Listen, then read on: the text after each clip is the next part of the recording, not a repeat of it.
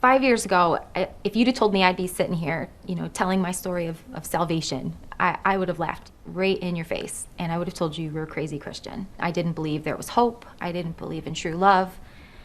5 years ago, I didn't even believe in myself. I heard people use the term atheist, and when I decided I knew what that meant, it just was kind of stuck in the back of my mind. Like, I think that's where I fit better than anything. It was more just, there's no such thing as God. Like, if God really cares about people, like all these people say he does, he wouldn't let children starve and cities burn down, and he wouldn't let people get into situations where they hurt each other. I just thought Christians were meddlers, and they took away the rights of people, and they were just trying to create this new world order. I really viewed Christians as evil. I became really combative. Like, I'm not gonna let them get away with this. This is a fairy tale. This is crap. Like, they cannot just come and fill people's heads with this fantasy. I faced life feeling like every day should be awesome and it should be fun, but I did that with drinking and drugs and boyfriends. And if I died, I was buried. That was all I really believed. I met my best friend, who happened to be a Christian, through a past relationship. She was the first friend that really started to talk about Christianity in a different way to me. I remember she took her jacket off, and she had this shirt on with bright pink lettering. It said, "Jesus is my homeboy." I was like, isn't that blasphemous? Can you really say that?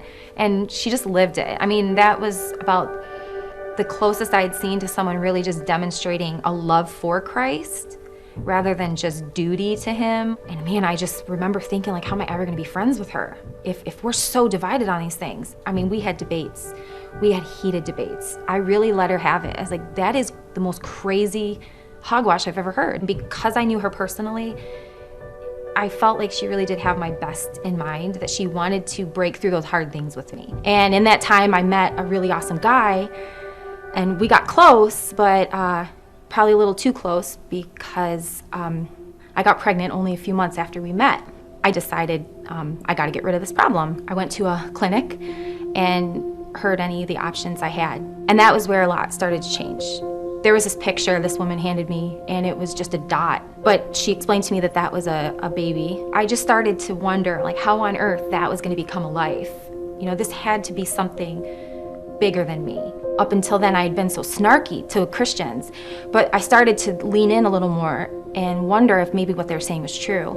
My best friend had approached me. She basically said, I understand you're really struggling for answers right now. She says, I just want to tell you, like, what if you just gave Christianity a try? She says, because I go to church and I pray, and you'll never know until you know, but I can tell you there are answers. And she says, if you just gave it 1 month, just come to church, and then you can just say at least you tried. I realized she cares more about this faith than being a popular friend right now. That said a lot, because we had been through a lot. For some reason, it just felt like if I could just go, maybe I'll hear something, or at least I can just be alone for a little bit and think. I hid myself up in the balcony, and I actually owned a Bible from all my years of trying to disprove, and the worship team performed Canons by Phil Wickham. There were certain words I vividly, remember reading them on the screen for the first time and just thinking, wow, that's what I feel. Having been an atheist and believing in science, to read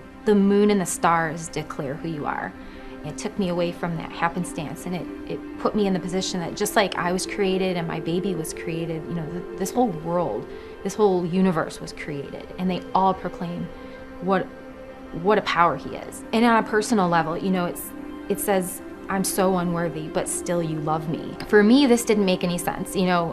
He can redeem good people, people who've made little mistakes and messed up and didn't say their these and thous or something like that. He doesn't redeem women who are pregnant out of wedlock, who have a path of emotional carnage behind them. And this song was just reminding me, even if you're unworthy, he loves you. We're all unworthy. That's the beauty about grace. It's a gift. You don't get to pick and choose who gets it. You just accept it. And it was after that song and a really powerful message, I finally accepted Christ. But I remember just sitting there, because it wasn't so easy. Because it was almost like I felt bad for him to have to take on everything I lived. It's like I felt bad that Jesus had to own like me. And I just remember holding my belly and holding my breath, and I just said, "Are you sure that you want to save this one? Are you sure?" I mean, I called him names. I laughed behind his back. I mocked him in public, and I realized I'm no different than all those people that were right in front of him, you know, as he bled. And if he went for them, you know, he went for me too. You know, it's a struggle to believe every single day that Jesus really did die for me.